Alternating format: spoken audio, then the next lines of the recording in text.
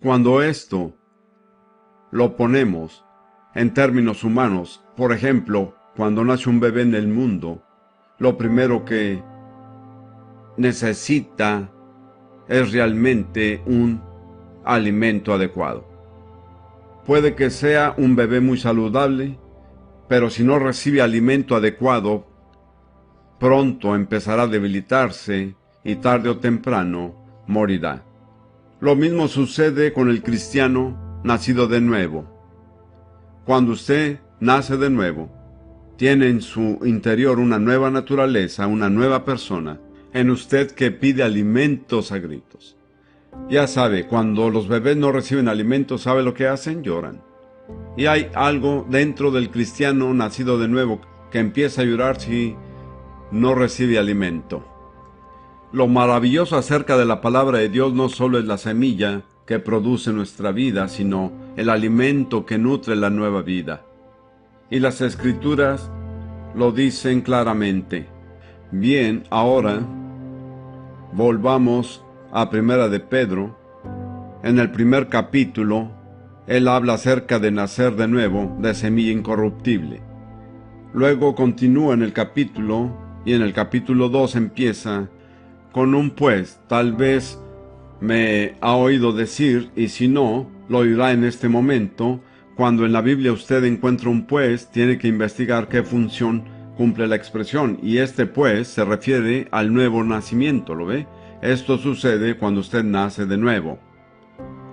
Desechando pues toda malicia, todo engaño, hipocresía, envidias y todas las detracciones, desear como niños recién nacidos la leche espiritual no adulterada, para que por ella crezcáis para salvación. Entonces, ¿cuál es el alimento para un hijo de Dios recién nacido? Es la leche espiritual pura de la palabra de Dios. Y si no brindamos a los cristianos nacidos de nuevo ese alimento, con toda seguridad perderán la nueva vida que recibieron. No hay nada más urgente cuando se nace de nuevo que aprender a alimentarse diariamente de la palabra de Dios. Y cuando se empieza, es leche. No puede dar a un bebé pan, mucho menos carne. Necesita algo de fácil digestión. De igual forma, cuando los cristianos nacen de nuevo, básicamente, no se les lleva al profeta Ezequiel o al libro de Eclesiastés. Puede que algunos cristianos puedan con esto, pero a los cristianos les digo, o cuando aconsejo a alguien a quien guío al Señor, les digo que lo primero que necesitan es alimento adecuado. Y en términos generales sugeriría que leyeran 3 libros del Nuevo Testamento en orden. Eso dependería del tipo de cultura y del trasfondo, pero en general yo diría que necesita leer el Evangelio de Juan, el libro de Hechos y la epístola a los Romanos. Tal vez sea demasiado para digerir para algunos, pero en general creo que el Evangelio de Juan es una excelente porción del Nuevo Testamento para empezar. Y luego, tarde o temprano tiene que entrar en Hechos, porque Hechos muestra cómo debía de funcionar la iglesia. Tenemos que reconocer que en muchos casos la iglesia dista mucho del modelo de Dios, pero Dios no ha cambiado en su modelo.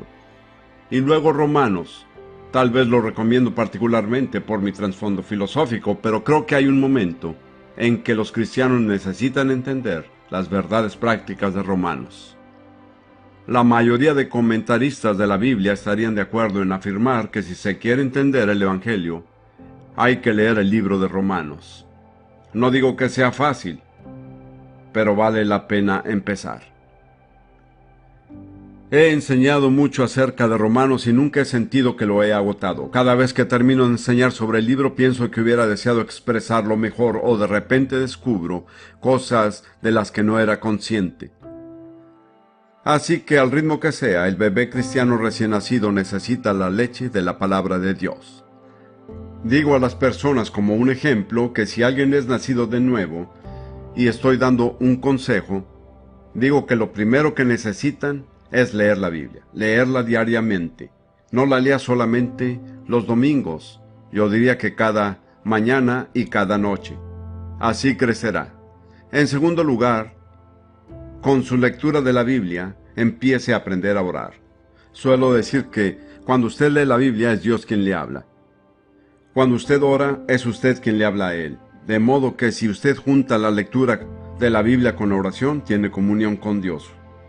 Un tercer elemento que menciono a las personas, hay 4 elementos, pero el tercero es confesar su fe. Que otros sepan que usted cree en Jesús. No tiene que pararse en una esquina en la calle y predicar, pero de alguna manera Dios se asegurará de que usted esté frente a la oportunidad de contar a otros que cree en Jesús. Si usted no confiesa su fe, ésta se marchitará. La fe debe ser confesada. Y en cuarto lugar, recomiendo la comunión con otros cristianos. Los cristianos no prosperan de forma solitaria.